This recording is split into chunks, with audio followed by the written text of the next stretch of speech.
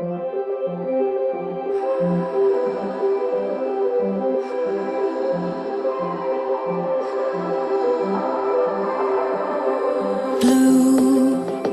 the feeling behind my eyes. You stood out 'cause you were in red. Then, against my intentions, I let you turn me violet instead. Modern day Royal Enfield has a long history in cruisers. We had the cruiser in the 90s, which actually catered to that peak Americana, then it was inspired by that.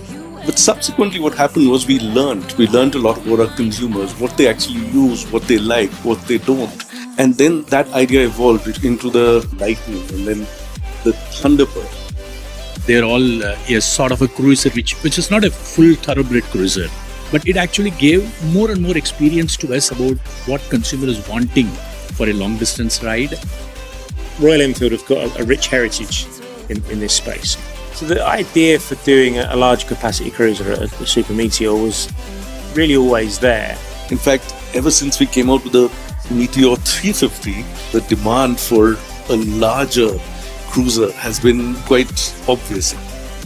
And that's one of the reasons we've fast-tracked the Super Meteor.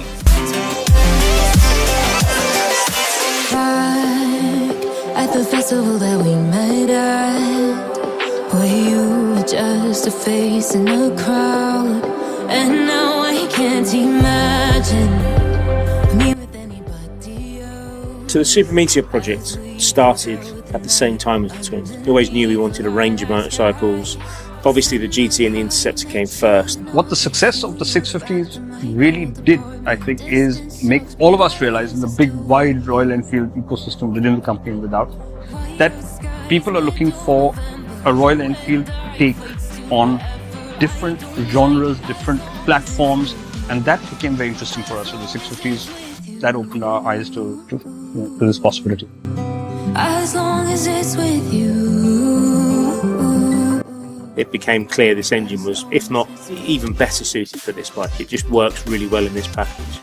But outside of that, virtually everything else on this bike is brand new. It's an entirely new mainframe, entirely new suspension geometry, bodywork is brand new, tank, side panels, swinging arm. We've gone for upside down forks for the first time on a Royal Enfield. And that very first LED headlight, everything on the bike really is, as I say, it's from a clean sheet of paper, it's brand new.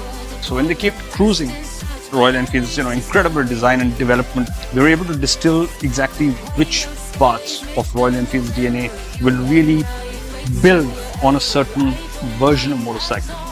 Royal Enfield's take on cruising. New Year's Eve, 300 miles, counting down. Next year will be close. I will wait as long as it's for you.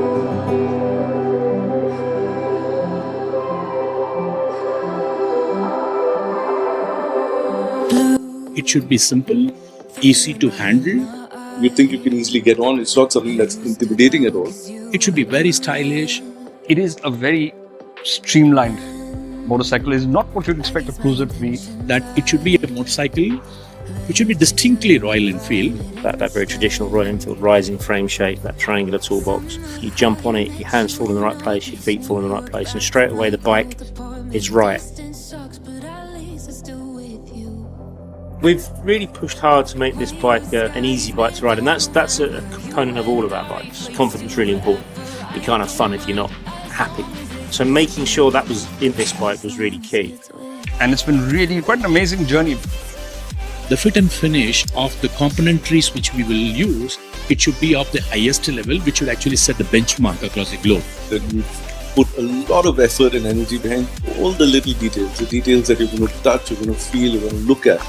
And that's, to us, what really elevates your riding experience and makes it super special. But the Super Meteor, I have a feeling that a lot of people are going to discover cruising through this motorcycle because suddenly the barriers have dropped. It's accessible, it's something that anybody can jump on and ride and feel at home at straight away. I am super thrilled to see that Super Meteor motorcycle coming into the Royal Enfield family, a thoroughbred cruiser across the globe. Just a face in a crowd, and now I can't imagine me with anybody else as we close out the night underneath